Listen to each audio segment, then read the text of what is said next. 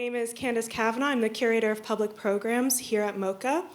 Thank you all so much for joining us at Paradise Theatre. We are delighted to have the acclaimed and highly accomplished artists Liz Magor and Jessica Stockholder in conversation today. Connected by sculpture and their experiences as arts educators, the pair will explore the complexities and current state of the medium while reflecting on artist Phyllida Barlow's contributions to sculpture and art making. Magor and Barlow are both exhibiting artists this fall at MOCA. Their respective solo exhibitions will run from September 7th, 2023 to February 4th, 2024. On behalf of the team at MOCA, I would like to express our deep appreciation to all the supporters of these exceptional exhibitions for their generous contributions. And thank you all again for joining us this afternoon. I'll start. I'm going to hold my mic in a very relaxed manner like this, so someone will tell me if it's not working. In February, I went to England and I visited Phyllida Barlow in her studio for an afternoon. And it was in anticipation of meeting her again in Toronto, and we thought we might do a conversation like this. So we were sort of practicing in her studio, and I hadn't met her before. I had seen her work, some astounding installations. I'm sure you've seen some, if not a lot. She was showing a lot the last 10 or 12 years. But I didn't know she was so sharp in her grasp of what sculpture is and what it can be, and that she was so funny and so humble. And I also was impressed by a vocabulary that she had developed for her own work. You know, ideas around space, ideas around how a person encounters her work, lots of ideas about where she fits in art history. She was 3 years older than I am, so she had lots of time to think about these issues, and she was also a teacher. So she had had years of articulating these ideas. And so after the meeting in the studio, I spent the next 2 weeks, because I was installing in Essex. Every evening I would watch an interview on YouTube of Philida talking to somebody. She accepted every interview. Her son told me this week. She never said no to anything. And every interview is astounding, and you can just watch her for hours, and it's a kind of a voice and an attitude about being an artist that is, I think, a bit rare, and maybe getting rarer. None of anything she did was about fame or fortune. It was about a kind of deep engagement with a philosophical approach to the material world. And that's what sculpture is, essentially. So by March, I think March 12th, Philida died very unexpectedly. And maybe we weren't going to have there was no one to talk to. But I had met Jessica in Vancouver recently, because Jessica is thinking of moving back to the West Coast from Chicago. Can I say some personal things about you? Sure, go ahead. So I thought let's try to continue the conversation that started with Philida and that Philida had with many other interviewers, and bring Jessica in, because now Jessica's another 10 years younger than I am, but in a sort of a way we're in a similar ballpark when it comes to how we entered the art world, how we approach our work. We have different vocabulary and different ideas, but generationally, roughly speaking, we're kind of in the same world, I think. So what we agreed to do with each other is look at these interviews with Philida and sort of pull out 4 topics 4 out of 20. So we just chose 4 because we don't want to keep you here all day. Because there's no food involved in this and no drinks. So we picked out 4, and we're not going to quote Philida exactly, but we listened to her. And then we'll each speak to that topic and just kind of unpack some differences, let's say, and practice the vocabulary that is important for a way of working that is nonverbal. So making sculpture isn't about talking, but here we are, we're going to talk about it. So the first, do we have the orthodoxy word up there? Is that, our first topic is orthodoxy, because Philida made no secret of the fact that she was ill-treated in her art education, and that she had to fight against the prevailing dogmas, which she called orthodoxies. And if you see her work, if you see it at MOCA, or if you see it anywhere, you can see what her subject is, really. Her work is standing in opposition to the prevailing ideas about sculpture that would have, been from the 40s, the 50s, the 60s, probably very prevalent in Britain. I didn't really encounter that in Vancouver. So you can see she makes monumental works out of unmonumental materials. And so when she talked about orthodoxy, she said in one interview, she said, orthodoxies take place very quickly. And what are they about? Well, they're about some things are good and some things are bad. And she said, I was always bad, and all my work was bad while she was in school. She does name 2 teachers who supported her. I just remember Elizabeth Frink. Do you remember the other guy that was good? Who interviewed her? No, that was her teacher. No, I don't know. Anyhow, she had 2 teachers that supported her, but the rest were really rude.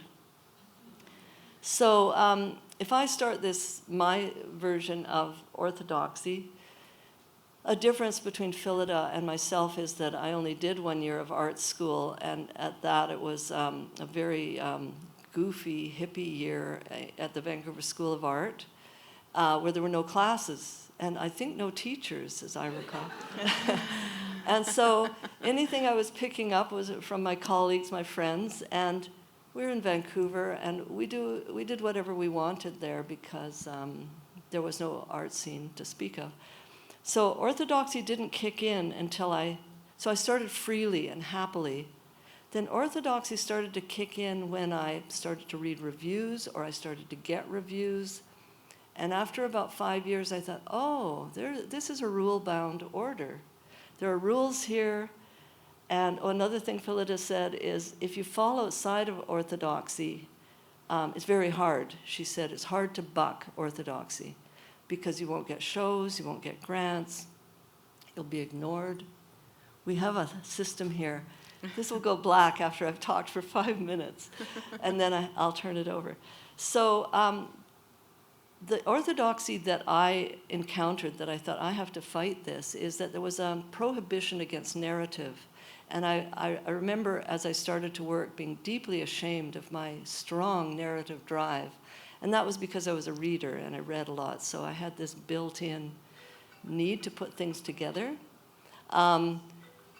So in some ways I've worked all these years to kind of work narrative into a place where it isn't programmatic, where it doesn't take you to a certain place, and it doesn't try to deliver all meanings to one destination. So it's a bit more like poetry than it is like prose, let's say.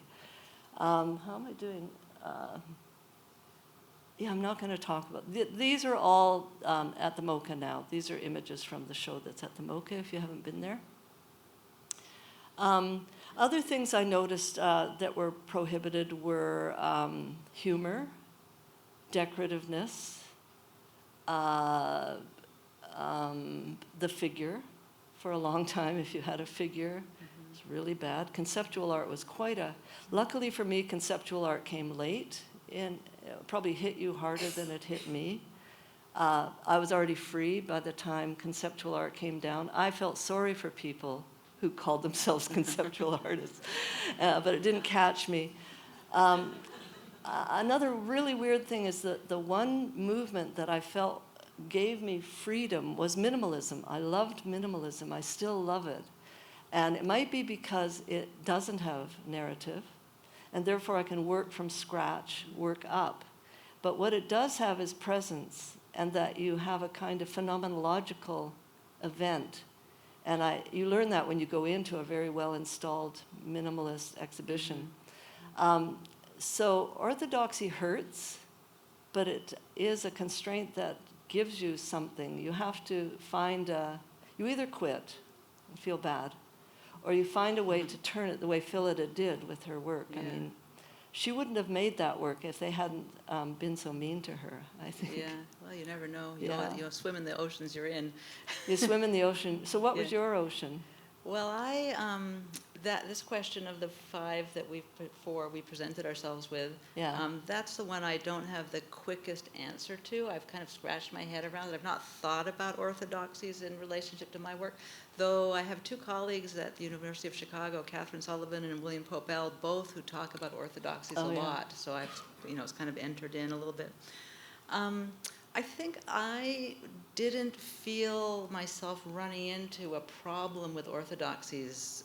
I studied with Maury Baden on the West Coast here, and it so happened, he was a friend of my dad's, Oh, yeah. and it so happened that the things he was interested in, the way he puts language to art, resonated with me really well. The way he teaches, the different ways to teach, the way he teaches, he kind of ignores the things he doesn't like in somebody's work and only speaks to the things he does like. So maybe that's a kind of orthodoxy that I became aware of in him.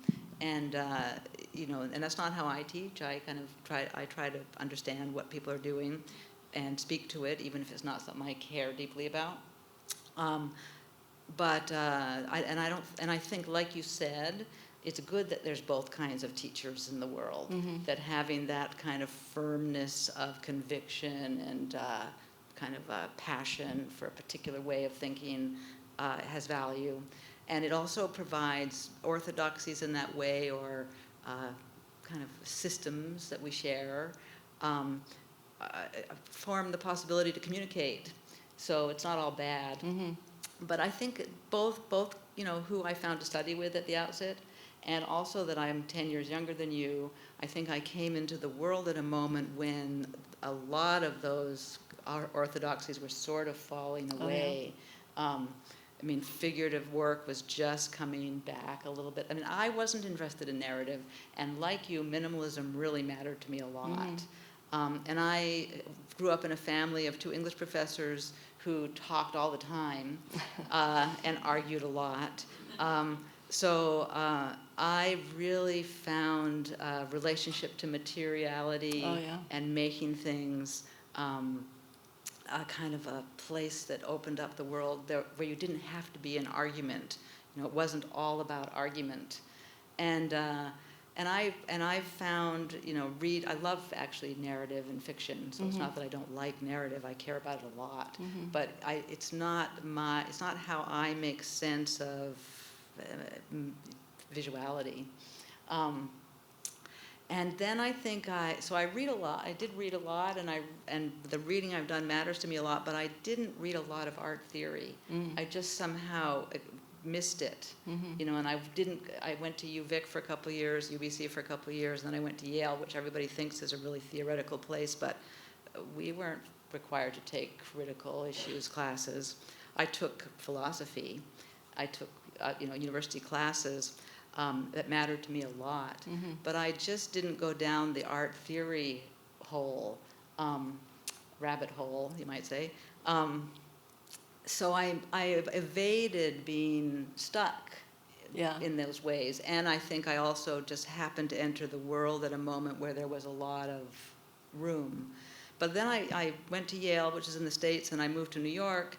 And noticing what was happening in Canada, conceptualism took hold here for some years in a way that it didn't take hold where I was. So I think I just kind of managed to swim around a lot of art world orthodoxies.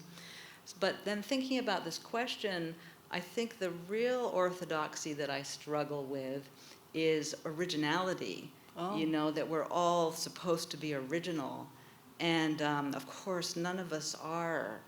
And we also, in order to make anything, we're making things that resonate with other people's sense of order and history and expectation.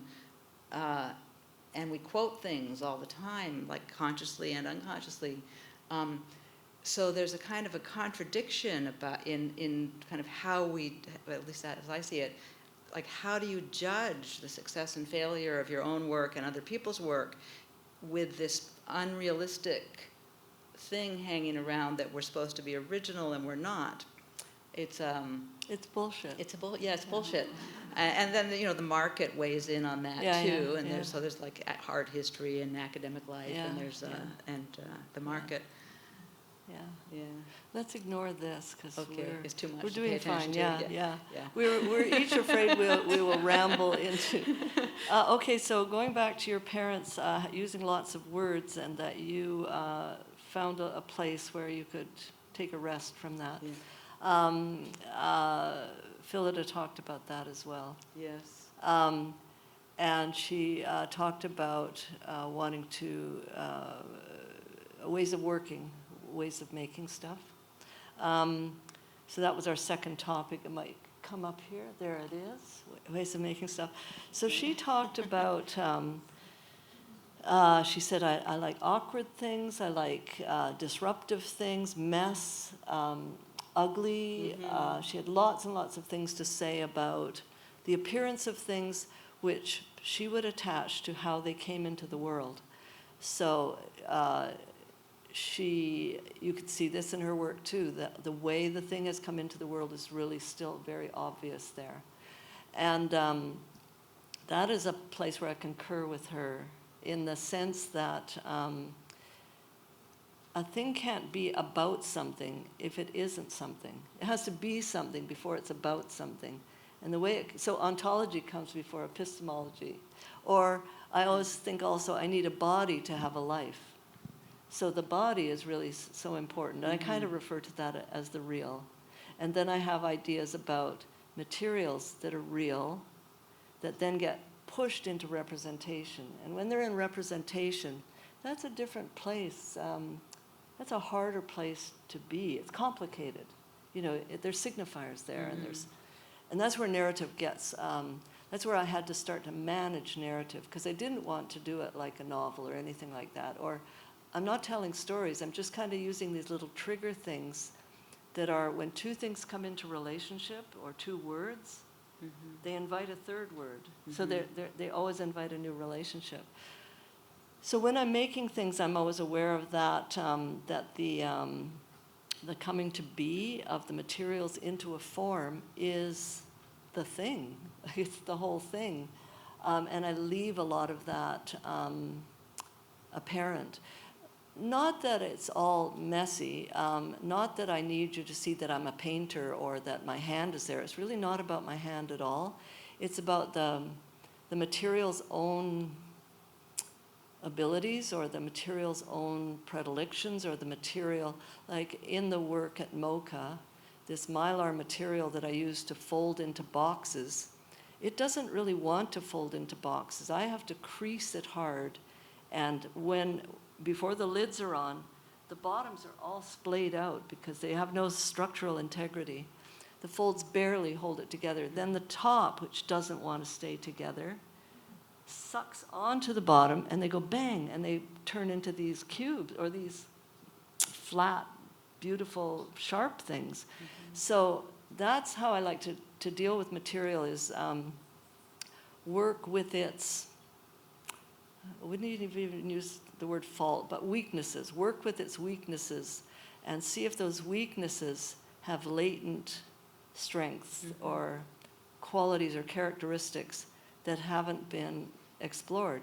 The thing about mylar that has been explored is that it protects the thing that's probably going into a retail situation, but it lets you see it so that you can develop some desire for it, but it stays clean. You can't no touching. You can't touch it until you buy it. So it does operate in its cleanness and clearness. It operates as a seductive thing. So I also work with that by having so many lights that there's a lot of interference. And so in this exhibition, I used a lot of things that reflect light to increase that interference of your looking and wanting. I want to make it not so easy to do.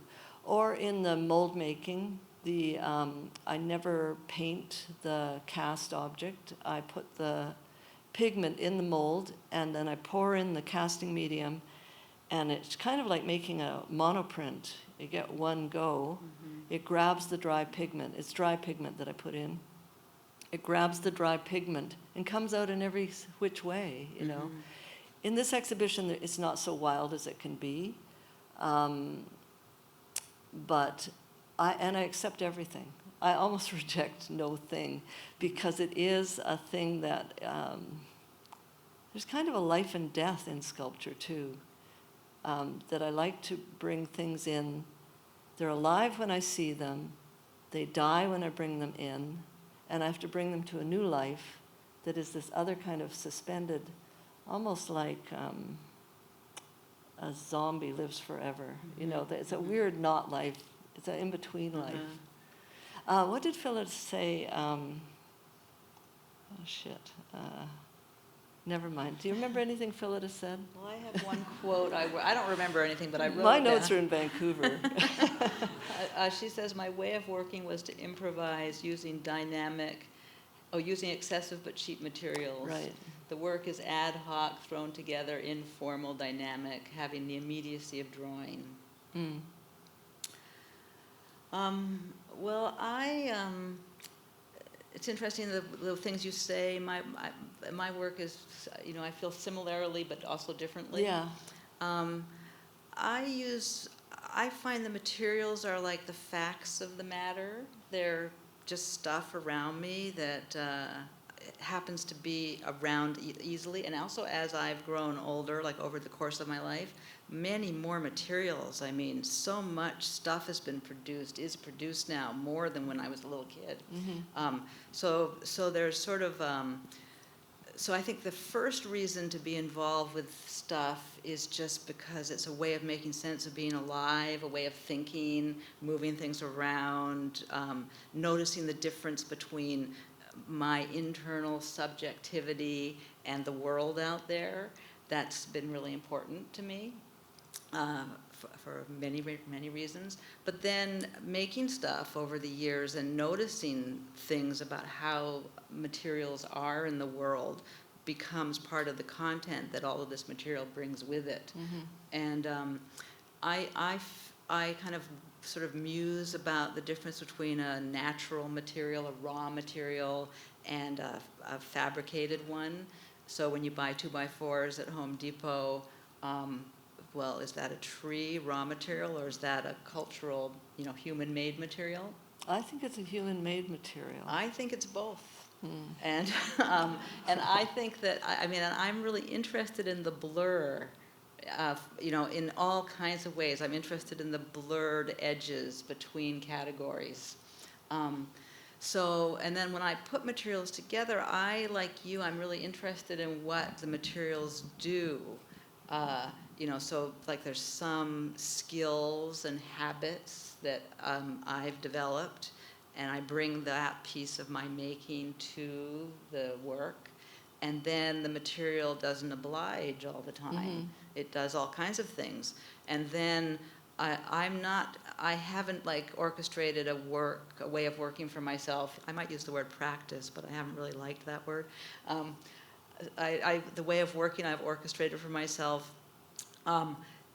I don't spend time fighting with the world. Like, I don't search for just the right thing for weeks and weeks. Right. No, I kind of find what's out there.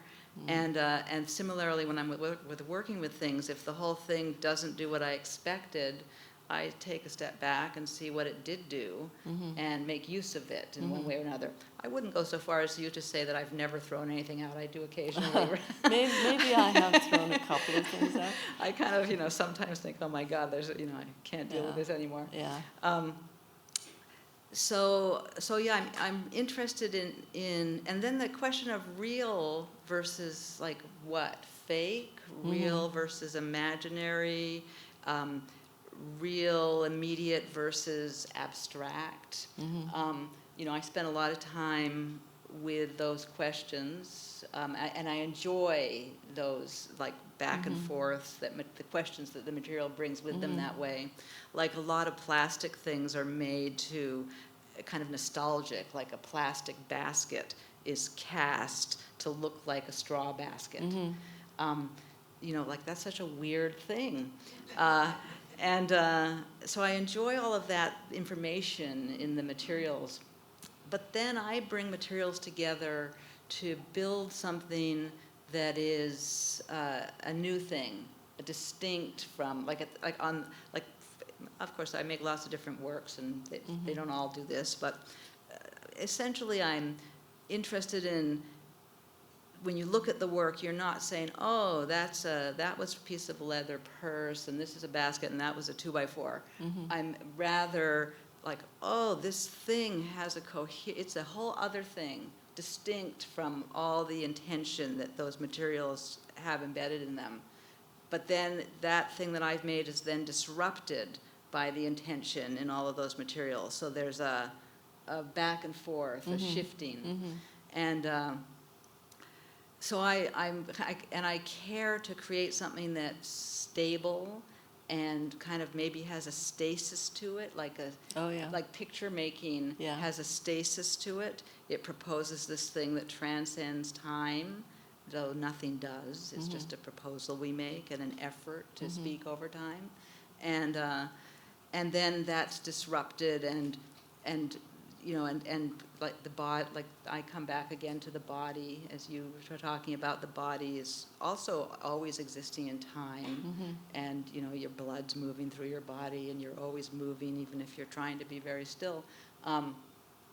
So there's a kind of contrast between the facts of being alive and the proposal of the thing that I'm making, which proposes to be kind of still and transcend time. That's the zombie. Yeah, that's what you mean by the zombie. zombie. The zombie, yeah. Interesting. So I agree with you that it is relative to my existence. Everything is relative to my existence. Whether it's a short-term thing, it's relative to 80 years. I'm hoping to get 80 out of this life thing. I think you should get another couple of decades after that. I think if I get 80, I'd be really happy. Philida also said something interesting. When I went to the studio in London, she said, we Googled you. And so she had studied my work before I got there. And she said, you use the word real and then studio object. And she said, what if you were walking down the street and you found a piece of a sculpture off a statue on the ground, broken off? Is that real or is that studio product? And I said, you've stumped me there. I don't know what it is. That's like your 2x4, is it? And it might be that you and Philida have more knowledge and investment in art history than I do. Like I have almost zero interest, except for maybe Rodin. And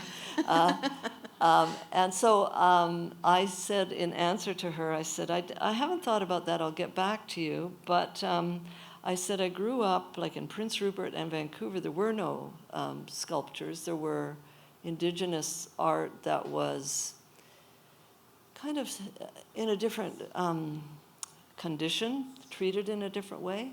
So she had obviously grown up in a world of representation, where I had grown up in a world of primary experience, basically, which is the pioneer culture versus the cultured culture. If I had grown up in culture, I might not be an artist. I might have found that too boring, too like worked over, like food already chewed or something. You know, it was. I don't know, it's possible. Sometimes when I go to Europe, I feel envious for that kind of nutrition that you get from art. But I might also have felt daunted by it. And you were lucky to have Maury Baden as a teacher. Yeah, I think I was. Yeah. I also, you know, my parents dragged me through museums when I was 5 and 6. Yeah, I went to no museums. Yeah, we were. They took us 3 little kids. I was the oldest at 5. So 3 little kids being dragged through the Louvre and things. And I remember the pointillists. That's what I remember. But I think that this real question, I mean, where I focus on this, a big piece that I care about, is the the human world is real. Yeah. And it's real, like we're sitting up here having this conversation, all these words we're talking, and it's like a real construct that we are inventing and sharing, and we're also using other people's constructs that some are lodged in our minds, and it has no material presence. No, it doesn't. Well, the material presence. You have a very bright colored shirt on. I'm really noticing that. Yeah, and I like color quite a lot. But what I meant is, it's like it doesn't. I'm just kind of like been thinking a lot lately about, like, everybody's worried about the world right now, and fires and climate change and sustainability and what the future is going to look like. And so what if we all disappeared, people disappeared? Well, what I find stunning, the world would go on, the earth is still here, all kinds of microbes and things will happen, and maybe one or two people will be left and things will continue.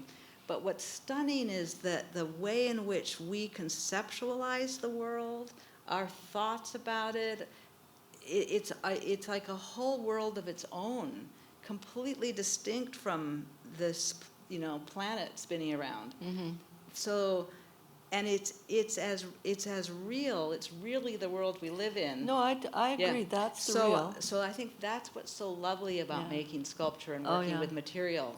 Yeah. That you're bumping these, like trying to make a little hole in this world of our minds, and make a hole that's that allows to shift it a little bit, and also see where it grew from. That, I was actually saying to Catriona earlier, we were talking about these things, and I think that everything, all the words we use, language, all the things that we've invented that are now really our world, are actually have developed through metaphor, through a metaphoric relationship to physical experience and materiality, which we didn't invent. We didn't invent the tree. Philida loved metaphor too. That was a word she used a lot. I always thought metaphor was a cop-out somehow. I'm really talking about representation as opposed to the real. So when we're doing all of this hasn't yet resolved into representation. So it remains the real until it becomes reified and then repeated and becomes symbolic. It starts as a kind of a simple sign. Then we use that sign over and over again.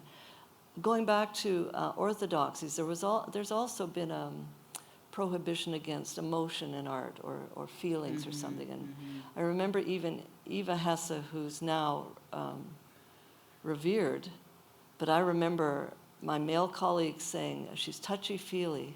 Yeah. It's touchy. Do you remember that? Yeah, I remember that. And similarly, they said negative things about Joni Mitchell that were like, sappy, and sappy. Beauty. Yeah, beauty. Beauty is related to feeling. Yes. So it's that process of taking. So when it comes to emotion or feelings, another place I have to be careful. I have to be careful with narrative. I have to be careful with sentiment also. But I'll make a distinction between sentimentality and sentiment. And the distinction for me is that sentimentality is our feelings repeated and repeated and repeated and turned into representation, then turned into symbols, and then we don't know what to do at that point. We don't know how to get back to the real, let's say. Well, those sentiments, like on a Hallmark card, Exactly. but they're really valuable to people. I mean, they're sort of taboo in the art world. Like our ambition doesn't seem to be to make such a thing. Yeah. I haven't been trying to make Hallmark cards, but nevertheless, I think they're really valuable.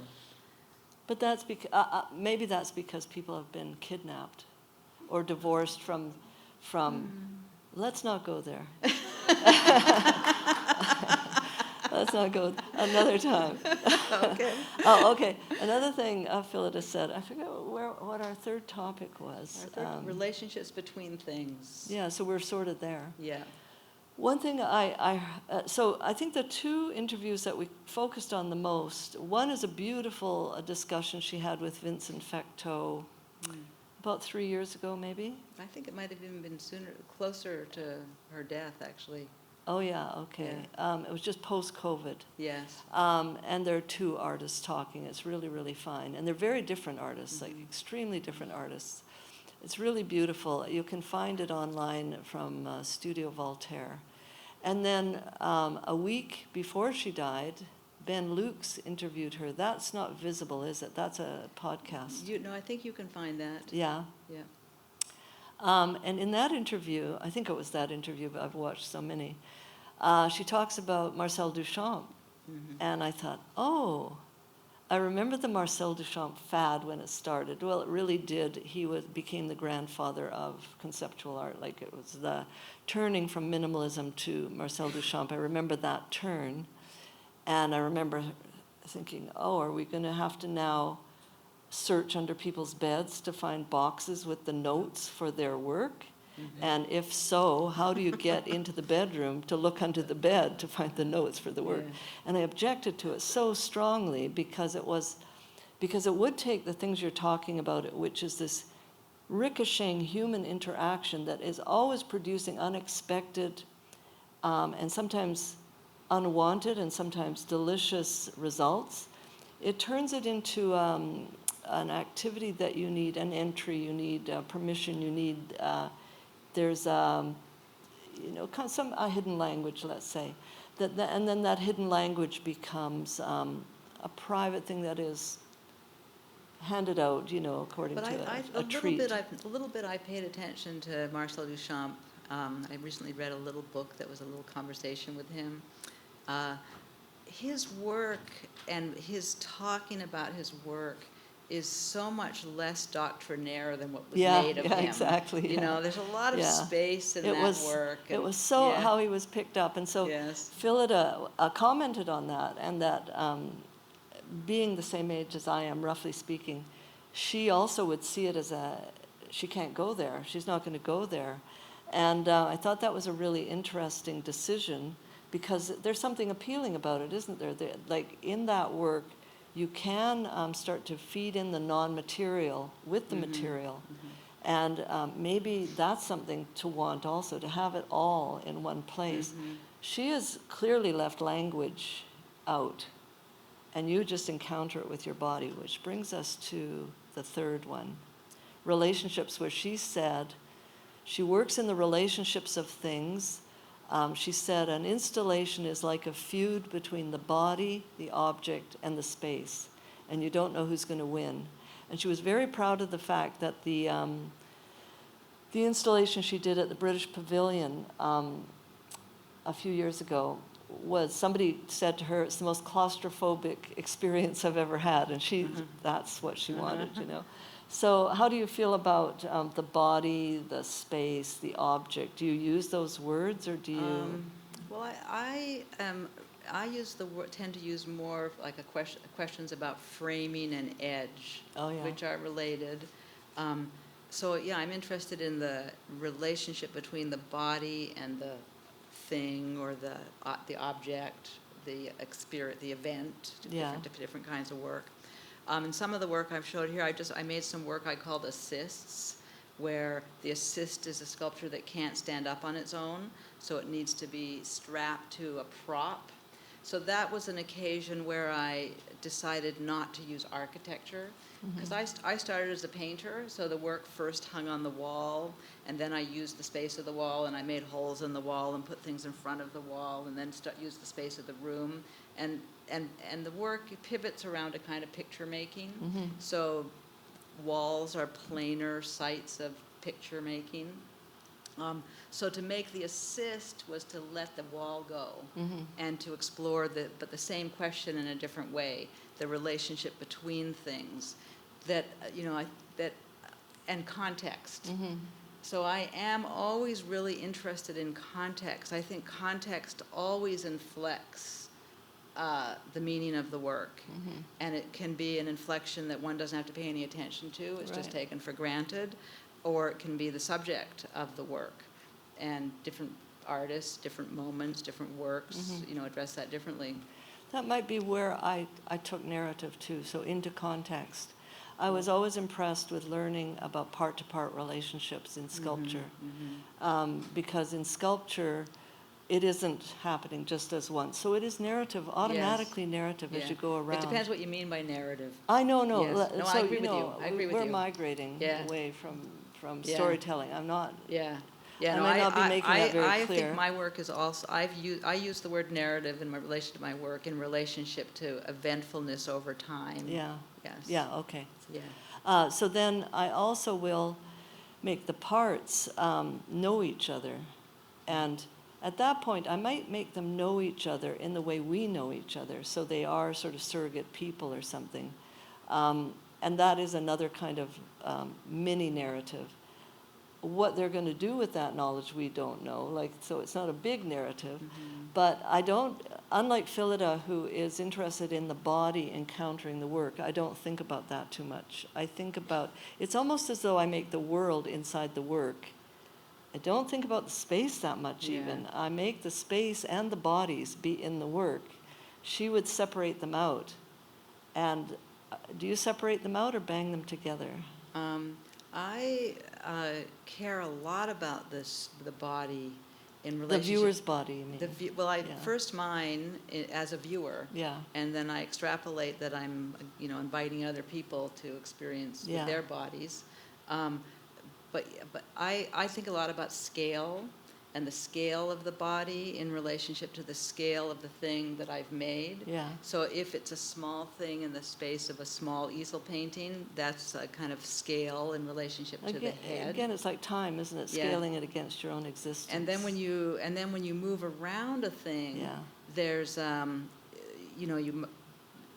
your memory comes into play. Your experience on one side informs your experience on the next. And architecture, it establishes a scale for us. So it's an entirely different thing to propose a work outdoors in the woods or something, or a field, because that scale is an entirely other thing. So I do think a lot about where a work is and how it addresses the scale of where it is. And I often in the work have things move from like a hand scale, a touching scale, to the body, and then past the body. And I like kind of to think about interstitial objects. I like that word, interstitial. It's like a door hinge is interstitial. It's between the door jamb and the door. And I like to consider that kind of space. And then I also care about the kind of coherent thing that's distinct. So I like blurred edges. Maybe I like blurred edges in terms of, is it alive or dead? Is it asleep or dead? Is it me or not me? Is it sentient? Philida uses the word sentient a lot. And sometimes in the interviews, I thought she was saying material was sentient. I almost feel that it is, or I know it's not, but I will. There are people that would disagree with you. Yeah. I know, but I'm not twee. Sorry.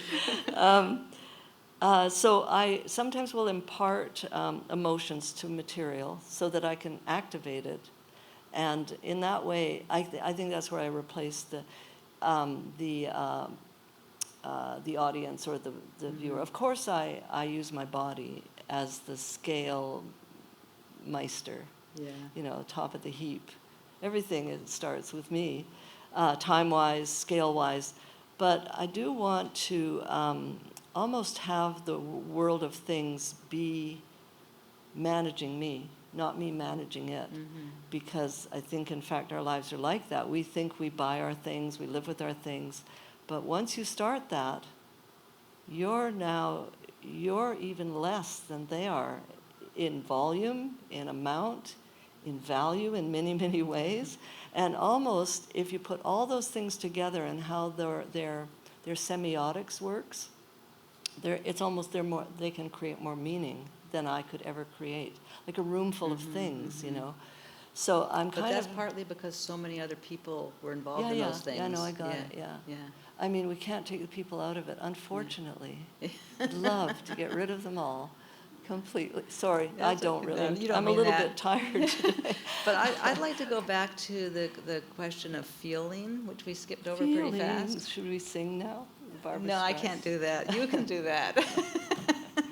Okay, back to feelings. I actually think that's one of the really, really important things about art, Mhm. that it is a site where, aside from those doctrinaire moments in history where feeling's been eclipsed and proposed to exit, Yeah. It's one of the few places where we negotiate the relationship between thought, thinking, and feeling, and we never stop feeling. I mean, you know, I'm up here talking, but my talking's a little inflected by being a little nervous on the stage here, and it's a whole different kind of thinking that, you know, I'd have over coffee with somebody, and it's being human. Like, all the things we engage with are inflected by Yeah. our ambitions. But somehow, and, when it comes into art, there, an ironic protection goes up with lots of art. Maybe not so much these days, I don't know. But throughout the 90s and 2000s, there was so much irony to protect. I don't know who it was protecting, to be honest, but it was to protect maybe the maker from being accused of having feelings. I think And the feelings were never attributable. These are not, you know, a person might be referring to feelings, but it would be other people's feelings, not this person's feelings. Yeah. I think that visual artists have suffered from that particularly, Yeah. as opposed to, say, creative writers. Almost anything else. Yeah, Yeah. because we are, you know, through the time we've been alive, artists have been expected to become more articulate and intellectual and put a lot of words to what we do. Yeah. So we can segue into our final topic yeah, here. just checking the time. So I've always really enjoyed listening to creative writers talk about their work, Yeah. because they're, of course, very good with words. Yeah, It's what they yeah. work with. I love it, yeah. And they are not shy about talking about Yeah, feelings. yeah. They're not shy to say, oh, this character, it kind of drove itself. I just Yeah, followed it. yeah. You know, artists aren't supposed to say that. Why? What happened? Because we're fearful of being stupid. Because we don't, you know. Sculptors especially. Yes, yeah.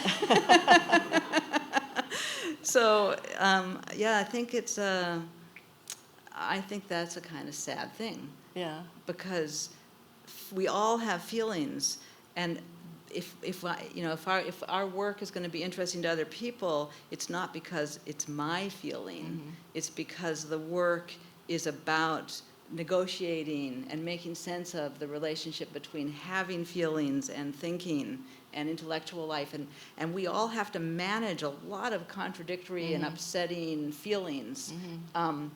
So I think art is a place that can help to do that, because it offers an opportunity to have feeling, and then to make sense of that feeling in relationship to other intellectual structures. So Philida talked about feeling. And she said things like, this isn't quite feeling, these are sensations, more physical sensations. She said, you can't really describe vertigo. And she wants her work to be like those feelings. Like I like that as well. So you can't describe, well, that's why minimalism is so interesting. You can't photograph it. You can't see it in a photograph. You can know it, you can refer to it. It's not exciting in a photograph. Yeah, it doesn't happen. It's not there. I mean, there's a beautiful idea that art happens between the person and the thing, and I kind of adhere to that the art. We're in the meaning thing now, sweetheart. Here we are. The meaning thing was the meaning thing, which is our fourth topic, Which is also about language. Yeah, How we okay, understand yeah. words. I don't in know where we relationship. are here. Yeah. But in the interview, in the discussion Philida was having with Vincent Fecteau, she was always pointing out the places where she thought she could do better. That's really beautiful to me. And she said, I think, one place where I feel a little bit not too great is that I don't think I have a subject. I don't think I know the subject of my work. she didn't use the meaning in that interview, but she did with Ben Lukes later. And then because she's obviously thinking about this, and I think she's thinking about it hard now because currently art is very referential and the meaning exists way outside of the gallery, or the references are way outside of the gallery. And she's not working that way. And so she's seeing good art. She probably thinks it's good art, but it's operating in an epistemological way. It's operating in a knowledge network. It's not operating in an experiential, phenomenological way. So later she was talking to Ben Lukes, and she said, the meaning really is in the coming to be, in the making of the work. That's when I know where meaning exists. Now, I'm not quoting her very well, but I understand what she was saying was that like when I start to make a work, I don't have a concept, let's say. I have an inquiry into this thing with that thing, or if I bend this, or if I stand on top of this, or if I, change it in some way. And then once you do that, it is like creating a linkage of resonance or interference that starts to develop into something that you recognize as meaning. And so it's not an assigned meaning, it's an accrued buildup of things that are almost unpredictable also. A discovery. Yeah, yeah. So I think we're on the same page in that regard. It might be that we differ in where we stop that, or what we do pull in from the outside, because we all pull from the outside. Like, we don't call those 11 toilet paper rolls of Phillida's. They're 11 columns, so she is naming them. And they aren't columns, actually, because they're not holding anything up. Yes. They are toilet paper rolls. No, they're not. They're, Really? but they're toroids, Yeah. They're donuts, like elongated donuts. Yeah. So maybe she stops there. Your things, many of them you didn't make, you've assembled them. So they go out more, don't they? Because they call in their kin. But their assemblage, the end product proposes an experience, a thing that is distinct from any of the parts. Yeah. We hope that's the hope. The deal. Yes. That's what it has to be. Yeah. Yes. So meaning, how do you respond to that? What do you do when people say, or if people are writing about your work, and that's a really interesting experience too, to have an exhibition and have 3 writers writing about exactly the same thing, and they come out differently at the end sometimes. Do you care about where they come out, or do you want to manage that quite well? I don't manage it. I mean, I respect that other people make of the work what they'll make of it. I do. It would be really a nice experience to work with somebody who was kind of going to be invested in writing about the work, who spent time trying to see it through my eyes and put words to that together with their own sense of the work. That would be a nice thing to have happen sometime. So in our modification of this topic, and is it language or words that you put there? I think we had it up here, so we were kind of past time a little bit. Yeah. It was language, words and stuff. Oh yeah, we did that last night. Yes. Because the meaning thing, obviously, everyone here knows that meaning is out of our control. Yeah, words. I mean, so we called it language and stuff. Yeah. Yeah. And I think there's like back to creative writers. At UChicago, there's a very good creative writing department, and I've gone to some of those creative writer talks. And what do they do when they talk? They read the thing they've already written, and then they respond to questions from the audience. They don't have to do what we are trying to do, which is to like put words to tell other people how to think about our work. They just put the work in the room. So our task is a little harder. Yeah. Okay. It's so hard. We've just run out of steam here. We could extend the conversation into, I know there's lots of artists here. We could extend the conversation to you, or you could ask questions, or, yeah. Just wrapping up. They're going to give you a microphone. Thank you. Can you turn her microphone on? Got it. Yeah, there. Thank you. That's been great. Just wrapping up what you were chatting about, putting the words out there.